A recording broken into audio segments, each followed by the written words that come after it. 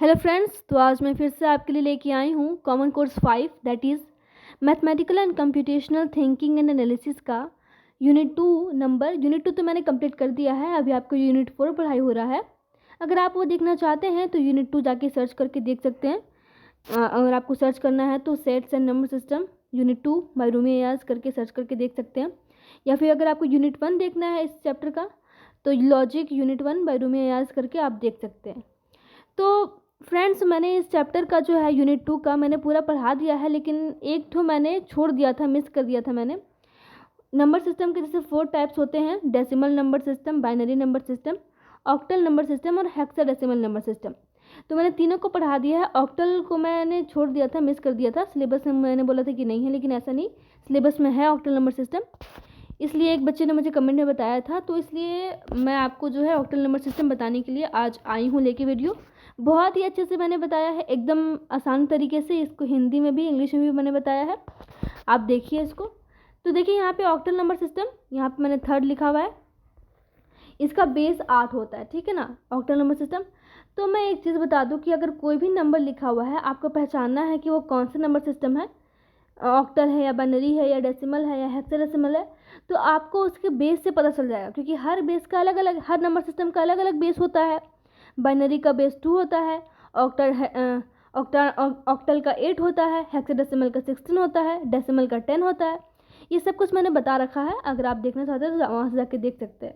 तो यहाँ पे लिखा हुआ देखिए, बेस 8 होता है। इसका मतलब क्या होता है कि आप जो है 8 नंबर यूज़ कर सकते हैं। ऑक्टल नंबर बनाने में आप 8 नंबर यूज़ कर सकते हैं, ठीक है। फिर से देखिए इसका डेफिनेशन क्या है। In the octal number system, मतलब कि ऑक्टल नंबर सिस्टम में it uses numbers from 0 to 7, मतलब कि ये जो है 0 से लेकर 7 तक नंबर का यूज़ करता है अपने नंबर को बनाने के लिए। Represent numbers 0 to 7 to represent numbers, अपने नंबर को बनाने के लिए 0 to 7 तक किसी भी नंबर को यूज़ कर सकता है। और क्या बता रहा है कि octal number are commonly used in computer application. हाँ, ये तो हम सब जानते हैं कि कंप्यूटर एप्लीकेशन में ही ऑक्टल नंबर को यूज़ किया जाता है, और कन्वर्सन भी इसी वजह से होता है। तो कन्वर्सन बच्चों आपको यहाँ पे नहीं पढ़ना है। ऑक्टल आपको कन्वर्सन 2 ही पढ़ना था, बाइनरी से डेसिमल में कन्वर्सन और डेसिमल से बाइनरी में कन्वर्सन। तो वो मैंने आपको बता दिया है बहुत ही अच्छे तरीके से, बहुत ही शॉर्ट ट्रिक से। अब देखिए यहाँ पे इसका एक एग्जाम्पल भी दिया हुआ है। यहाँ पे 3 ठो लिखा हुआ है 215, और यहाँ पे इसका बेस दे दिया हुआ है 8। तो बेस जो दिया है इससे आप पहचान लीजिएगा कि ऑक्टल नंबर सिस्टम है, ठीक है ना। अब देखिए यहाँ पे मैंने हिंदी में भी डेफिनेशन लिख दिया है, ताकि जो क्योंकि ये जो है ऑब्जेक्टिव से आता है ना, ऑब्जेक्टिव क्वेश्चन है इस बार, तो आपको डेफिनेशन लिखने की ज़रूरत नहीं है। अगर आप डेफिनेशन लिखते भी तो वहाँ पे आपको हिंदी में लिख सकते थे, जिसको हिंदी में लिखना है, या फिर जिसको इंग्लिश में लिखना है वो इंग्लिश में लिख सकते थे। लेकिन आपको समझना है, समझ के आंसर करना है। और ऑब्जेक्टिव क्वेश्चन जो आएंगे आपके, वो दोनों लैंग्वेज में रहेंगे, हिंदी में भी रहेंगे और इंग्लिश में भी रहेंगे। तो आप दोनों तरीके से समझ के आप उसको टिक कर सकते हो। तो यहाँ पे इसलिए मैंने यहाँ पे हिंदी में भी लिख दिया है कि यह संख्या प्रणाली एक ऐसा प्रणाली है जिसका आधार 8 होता है। जिसका आधार कितना होता है? 8। उसे ऑक्टल संख्या प्रणाली कहा जाता है। यह 0 से 7 तक की संख्याओं का उपयोग करता है। कितना से कितना बच्चों, हो सकता है कि ऑब्जेक्टिव क्वेश्चन में आ जाए कि ये जो है ऑक्टल नंबर सिस्टम कौन सा बेस है, का बेस कितना होता है ऐसा, या फिर कहाँ से कहाँ तक का डिजिट को यूज़ करता है। 0 से 10, 1 से 16, 0 से 2, 0 1, या फिर 0 से 7। तो इस तरह से आप लगा सकते हो टिक, है ना। तो ये आपका हो गया डेफिनेशन। अब देखिए जो इम्पोर्टेंट चीज़ आता है कि ऑक्टल नंबर सिस्टम का टेबल भी होता है, ठीक है ना। अगर कन्वर्सन होता, बाय द वे अगर आप मानिए कि अगर आपका कन्वर्सन होता तो आपको इसी के हेल्प से कन्वर्सन करना होता। लेकिन अगर कन्वर्सन नहीं है तो फिर भी हम लोग जो है ऑब्जेक्टिव क्वेश्चन की तैयारी के लिए अपने साथ लेके चलते हैं कि अगर हो सके कि बोल दे कि ऑक्टल डिजिट वैल्यू में 0 का बाइनरी इक्विवेलेंट कितना होता है, तो ये हम लोग बताना पड़ेगा कि नहीं। तो यहाँ से देखिए आप देखिए कि ऑक्टल डिजिट वैल्यू में यहाँ पे देखिए आप 0 से लेकर पूरा 7 तक हमने लिख दिया है। और यहाँ से जो हर एक डिजिट है ना, इसको अगर आपको कन्वर्ट करना होगा तो यहाँ से यहाँ कन्वर्ट करेंगे, ठीक है। यहाँ से यहाँ कन्वर्ट करेंगे, यहाँ से यहाँ, ऐसे, ठीक है। ये तो बाइनरी वाला कन्वर्सन है, सिर्फ बाइनरी वाला कन्वर्सन। तो देखिए 0 का जो है, 0 के बदले हम लोग 3 0 देंगे, ठीक है ना। बहुत ही आसान ट्रिक है। और 1 के बदले देंगे 0 0 1, और 2 के बदले देंगे 0 1 0, ठीक है। यहाँ से देखिए आप 0 में तो सब 0, 1 में 0 0 1, 1 का 1 ही आ गया, और 2 में 0 1 0 10, और 3 में क्या आ जाएगा, फिर से यहाँ से उल्टा हो जाएगा, ठीक है, यहाँ से उल्टा कर दीजिए 1 0 0, और 4 में फिर से उल्टा कर दीजिए 0 नहीं, 4 में 1 0 1, 4 में आपका यहाँ पे हो गया 4 का 100, और 5 का आ रहा है आपका 1 1 0 1, तो 1 0 1 यहाँ दे दिया हमने, और 6 का आपका 1 1 10, और 7 का 1 1 1। बस आपको देखिए इसी 3 को आप लोग को है ना रिटर्न कर करके लिख रहा है, ठीक है, घुमा फिरा के लिख रहा है। तो 0 का 0 0 0, 1 का 0 0 1, 2 का 0 1 0, 3 का 0 1 1, 4 का 1 0 0, 5 का 1 0 1, 6 का 1 10, और 7 का 1 11, ठीक है।